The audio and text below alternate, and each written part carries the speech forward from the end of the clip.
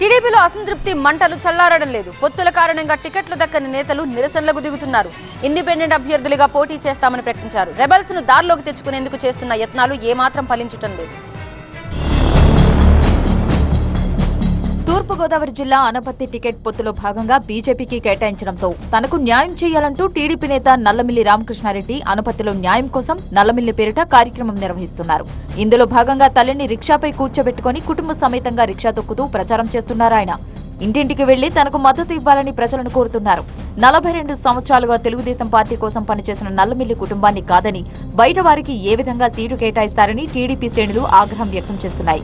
ఈ నేపథ్యంలో నల్లమిల్లికి టికెట్ ఇచ్చే విషయంలో అధిష్టానం పునరాలోచన చేస్తోందని ప్రచారం జరుగుతోంది. కూటమి మరలా పునరాలోచిస్తుంది.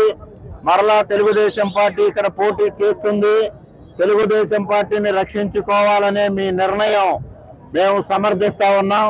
ఎట్టి పరిస్థితుల్లో అయినా మీకు అన్యాయం జరిగితే మీరు ఏ నిర్ణయం తీసుకుంటే ఆ నిర్ణయానికి మీ వెంట నడుస్తామని ప్రజలు బాసటగా నిలిచే సంఘటన కలిచివేస్తా ఉంది. ఉమ్మడి అనంతపురం జిల్లాలో టీడీపీలో అసమ్మతిని చల్లబరిచేందుకు రాయబారులను పంపినా రెబల్స్ వెనక్కు తగ్గడం లేదు. అనంతపురం అర్బన్ టికెట్ ను దగ్గుపాటి వెంకటేశ్వర ప్రసాద్ కు కేటాయించడంతో టీడీపీ రెబల్ గా బరిలోకి దిగాలని మాజీ ఎమ్మెల్యే వైకుంఠం ప్రభాకర్ చౌదరి నిర్ణయించుకున్నారు.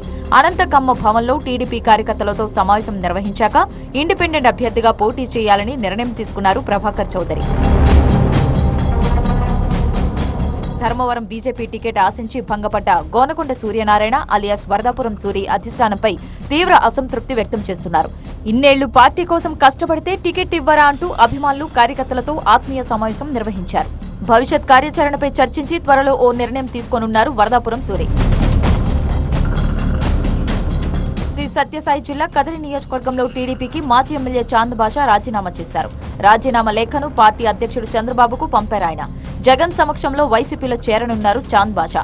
టీడీపీ తనకు ఒక్కసారి కూడా టికెట్ ఇవ్వలేదని, టీడీపీకి మైనార్టీలంటే గౌరవం లేదని ఆరోపించారు. ఆయన అంటే మైనార్టీల అంటే తెలుగుదేశం పార్టీకి ఇంత నిర్లక్ష్యమా?